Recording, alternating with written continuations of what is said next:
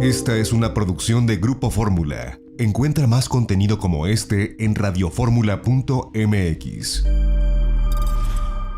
Y como cada semana, especialmente los miércoles, claro, tenemos el pulso de la opinión pública sobre el presidente Andrés Manuel López Obrador y su gobierno. Y para ello escuchamos con el gusto de siempre al doctor Salvador Borrego, director de Saba Consultores.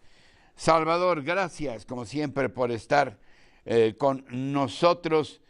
¿Cómo van estos temas de la percepción del actual gobierno y los factores que pesan en ello, Salvador? Muy buenos días, Ricardo, con mucho gusto, como siempre. Pues el primer tema que tenemos siempre es lo que está en la mente de la gente. Y bueno, pues es relevante porque de algún modo, aunque un poco se distorsionó esa pues sensación de tranquilidad, sí, hubo de cualquier manera muchas notas. Y lo que tenemos pues es que predominan los temas de violencia, asesinatos, muerte, etcétera. Aparece en un lugar importante la muerte de migrantes, pero en medio de todos los temas de la violencia hay un tema que resalta aquí, la muerte del hijo de Maribel Guardia, pero siguen los otros temas que tienen que ver con pues la situación de violencia, la compra de las plantas de energía eléctrica de Iberdrola también, en fin, pues se pierde un poco ahí. Ahora, el impacto que lo que pues ha sucedido en estos días tuvo el presidente en cuanto a aprobación fue nulo, se quedó prácticamente en la misma situación que tenía en la semana anterior. En este tema 2, pues tenemos que él tiene una aprobación puntual de 67.3, la anterior pues había sido casi la misma, 66.4. Sin embargo, como que hubo algo que al interior de la gente que sigue el presidente en un tercer tema, brinca sí la calificación promedio. Es interesante esto, Ricardo, porque una persona puede aprobar con 6 o 7, pero también puede aprobar con 10 o con 9. Y entonces, cuando se establece una situación así, digamos que entre las huestes de mayor fortaleza, pues brinca la calificación, pero la aprobación se queda igual. En el caso de la calificación, sí registra un valor relativamente alto, o alto podríamos decir, 7.7, y prácticamente roza la línea de alerta positiva, que es para nosotros un valor ya claramente significativo.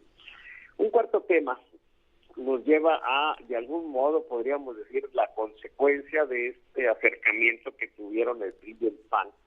En el caso del PRI se le consolida un deterioro en una variable que es importante, porque es intención de voto por partido, aunque no van a ser partidos individuales en general los que postularán candidatos, pero sí tenemos ya 5 valores consecutivos y este último fue un valor muy bajo de 1.1%. Y entonces, bueno, pues ahí hay muy probablemente un costo. En el caso del PAN fue algo similar. Ahora, en un quinto tema, ya asomándonos a la situación del futilismo, pues lo que llama la atención, casi todo se queda más o menos como lo hemos reseñado en las semanas anteriores, pero llama la atención que por primera vez en respuesta espontánea, cuando preguntamos por un candidato del partido Movimiento Ciudadano, se empata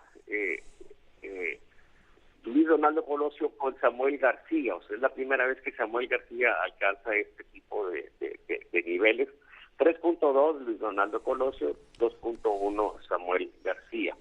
En un sexto tema, lo que vemos es que ya con opciones de respuesta detectados con el top of mind en este sexto tema, lo que vemos es que por el lado del PRI, PAN, PRD, pues está todo muy parejo, sí, están Beatriz Paredes, Santiago Krill, Enrique de la Madrid y Miguel Ángel Osorio Chong en valores pues de empate técnico que van desde 9.2 hasta 3.1, pero en esa condición pues en términos estadísticos de igualdad.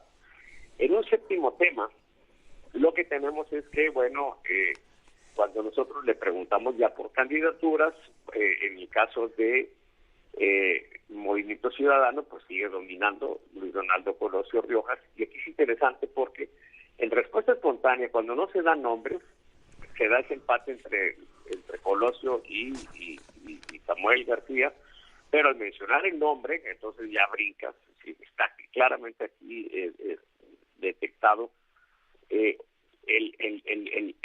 impacto pues que tiene el apellido Colosio. Ya se va a 23.6 Colosio y con 5.6 para Samuel, ¿sí? Ahora, en un octavo tema, vemos que los personajes dentro de la sociedad civil, esta, pues digamos que agrupación así media amorfa que tenemos, los personajes que destacan son Carlos Slim, pero ahora se empata con él José Narro, el rector de la UNAM, ¿sí?